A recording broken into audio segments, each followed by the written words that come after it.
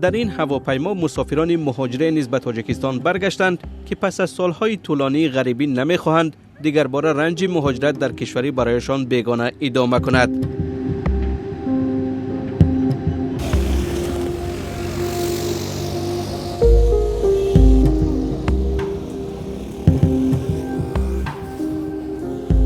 یک نرخی که با مدت صدو بغلطده. عبدالستار احرارов ساکن 62 ساله ناحیه فرخار نیز از مهاجرت مهنتی از روسیه برگشته است. مهاجرت موسمی عبدالستار این بار به پایان رسید. تصمیم گرفت که دیگر به مهاجرت نمی رود. خیلی سخت خیلی کرد. ما گفتی خلق روز روزای سخت کرد. دیگر شرایط قین شد. خرک بعد ما نصیب کرده را گشتیم این اومیم.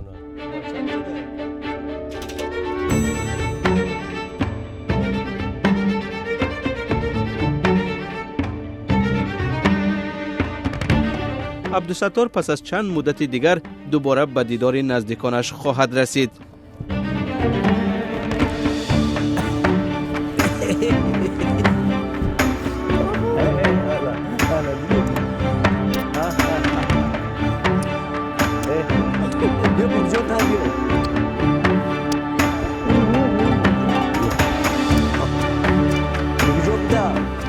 نوزده سال عمر عبدالستار در مهاجرت کاری در روسیه گذشت. معمولا در این مدت در یک سال 2 و بعضا 3 سال یک دفعه به وطن برمیگشت و طول 1 یا 2 ماه در کنار نزدیکانش میماند. برای رزق روزی کودکان خانه و برای یک شرایط مسئول کردن 19 سال میرم روسیه میرم کار میکنم گشته میام نظر به دیگه همسایه و خشت برو دیگه با کم تا شرایط من اخستره.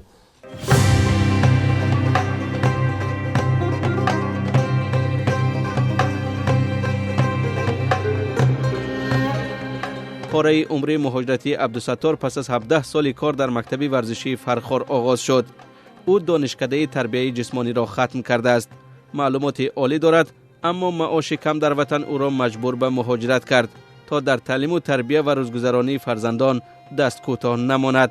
من شکرانه خدا 4 دختر دارم 3 پسر دارم 9 تا نبیره دارم. تا چند سال پیش عبدالستار همچون پدر یگانه نفری نانآور در خانواده اش بود. با زحمت پول مهاجرت شکم زن و فرزندانش را سیر کرده است.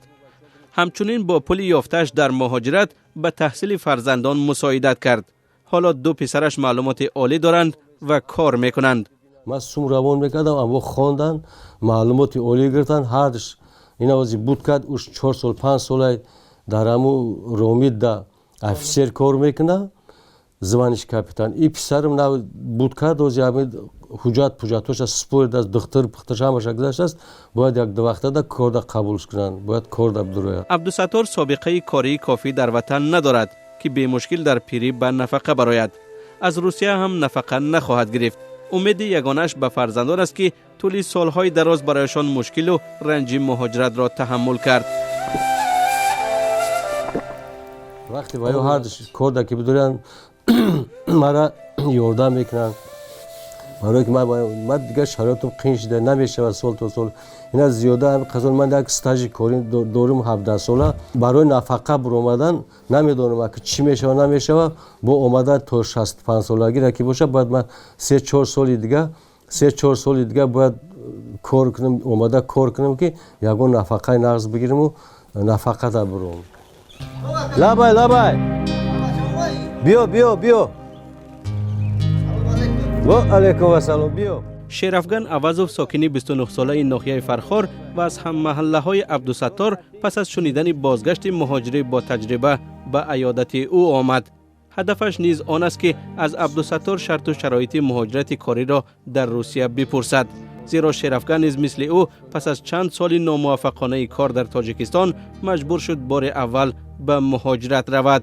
خیلی خیلی برای که راهکیم میگم یا برام کنم یکم بالا رفتیشم ای وضعیتم همجا گپ میزنی یگان جای معین داشته باشی یگان جای معینی که تو برای ای رایون تو نه یگان خشت بورت یگان اولوت اگر همجا باشه کار کرده کار پیش برده میتونید دستی با هم پسریدنیکو دا بغلطی اگر او پسریدنیکو در حقیقت بسیار شامین استفاده میبرن بچه ها یوش که میرون جای کار ندارن میبرنشون همون پسریدنیکو تاجیک خدمونه بو میبرن همونجا دا همون را 200 سومون ایسای تو بگرد کار بگرد 200 سوم میره 30 میده 300 سومش میده گشنه تشنه زبونی روسیه سوز نمیدونن انا قینه در حقیقت در اونجا. عبدالستار وضع کار در روسیه را به مهاجر آینده با تفصیل نقل می کند تا در کشور مهاجرت از فرصت‌های مناسب کار استفاده کند.